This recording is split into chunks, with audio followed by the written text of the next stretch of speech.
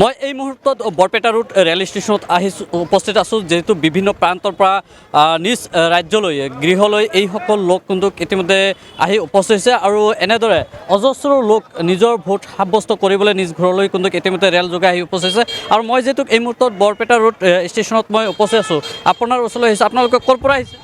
মই লখিমপুৰৰ পৰা আহিলোঁ। কি হয় ভোট দিবলৈ? ভোট দিবলৈ আহিলোঁ। ক'ত ঘৰ? আমাৰ ইয়াতে বৰপেটাত। আপোনালোকে স্থানীয় লোক? হয়, আমাৰ ইয়াৰে। এইসকল লোক স্থানীয় লোক, কিন্তু তেওঁলোকে ভোট দিবলৈ ইতিমধ্যে বৰপেটা ৰোড আহি উপস্থিত হৈছে। বিভিন্ন স্থানত তেওঁলোকে ৰাজ্যৰ বিভিন্ন প্ৰান্তৰ সমান্তৰালভাৱে বহিৰাজ্যত এইসকল লোক কিন্তু কাম কৰিবলৈ গৈছিল। বিভিন্ন কৰ্মৰ সূত্ৰে এইসকল লোক ৰাজ্যলৈ গৈছিল আৰু এইসকল লোক কিন্তু নিজৰ ঘৰত ভোট দিবলৈ গৃহলৈ এইসকল লোক আহি উপস্থিত হৈছে। দাদা আপোনাৰ পৰা জানিব বিচাৰিম, আপুনি ক'ৰ পৰা আহিছে?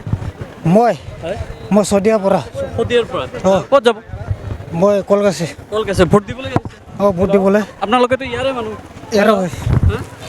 ইয়াৰে মানুহ হ'ব নকৰি। হয়, এইসকল অজস্ৰ লোক আছে, মই তেওঁলোকৰ সৈতে মই কথা পাতিম। মই যিহেতু উপস্থিত আছোঁ বৰপেটা ৰোড ৰেল ষ্টেচন আৰু বৰপেটা ৰোডৰ ৰেল ষ্টেচনৰ ইয়াৰ পৰিৱেশ ৰাজ্যৰ বিভিন্ন প্ৰান্তৰ পৰা এইসকল লোক। খুৰা ক'ৰ পৰা আহিছে? মই ইয়াৰ পৰা অৰুণাচল। ভোট দিবলৈ? ভোট দিলৈ আহিছোঁ। আপোনালোকেতো ইয়াৰে লোক? ইয়াৰে লোক।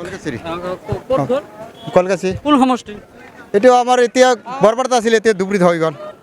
লোকসভা বিধানসভা? বিধানসভাটো ইয়াতে আছে, ধুবুৰী এই আমাৰ বৰপেটাতে আছে।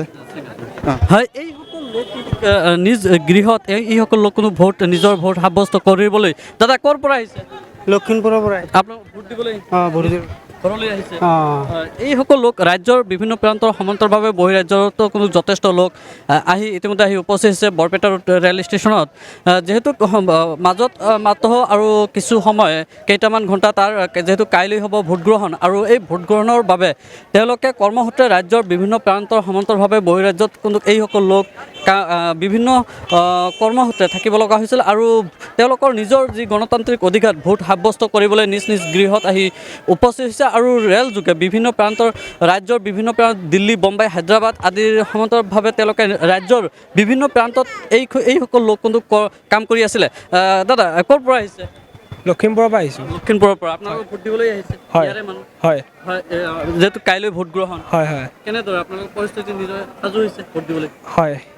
এইসকল লোক কিন্তু ৰাজ্যৰ বিভিন্ন প্ৰান্তত কৰ্মসূত্ৰে থাকে আৰু এইসকল লোক স্থানীয় লোক, আৰু এই স্থানীয় লোকসকলে ৰাজ্যৰ বিভিন্ন প্ৰান্তত কাম কৰিবলৈ বা নিজৰ বিভিন্ন কাৰণত তেওঁলোকে নিজৰ কৰ্মৰ বাবে বহিৰাজ্যলৈকে যাব লগা হৈছিল আৰু ৰাজ্যৰ সমান্তৰালভাৱে বহিৰাজ্যলৈকে কিন্তু যথেষ্ট লোক এইসকল লোক কিন্তু আহি নিজ গৃহলৈ আহি উপস্থিত হৈছে। দাদা ক'ৰ পৰা আহিছে? আমি লখিমপুৰৰ পৰা আহিছোঁ দাদা। লখিমপুৰৰ পৰা। ইয়াতে ঘৰ? ইয়াতে ঘৰ বৰপেটা। কাম কৰিবলৈ গৈছিলোঁ। তেওঁলোকে বিভিন্ন কাৰণত বিভিন্ন ৰাজ্যৰ বিভিন্ন প্ৰান্তৰ তেওঁলোকে কাম কৰি আছিলে আৰু আজি যিহেতু কাইলৈ ভোটগ্ৰহণ আৰু নিজৰ ভোট সাব্যস্ত কৰিবলৈ নিজ নিজ গৃহলৈ এইসকল লোক কিন্তু ঢাপলি মেলিছে। আৰু মই ওপৰলৈকে যাম আৰু যথেষ্ট লোক ইতিমধ্যে ট্ৰেইন যোগে আহি উপস্থিত হৈছে।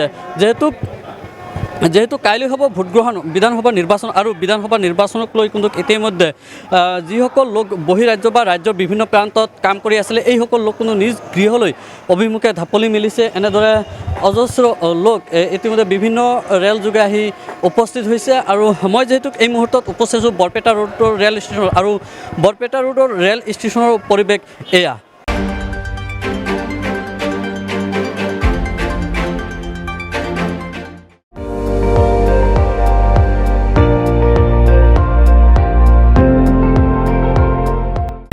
আপুনি চাই আছে ND24, সৰ্বশ্ৰেষ্ঠ নহয় সৰ্বোত্তমৰ দৌৰত।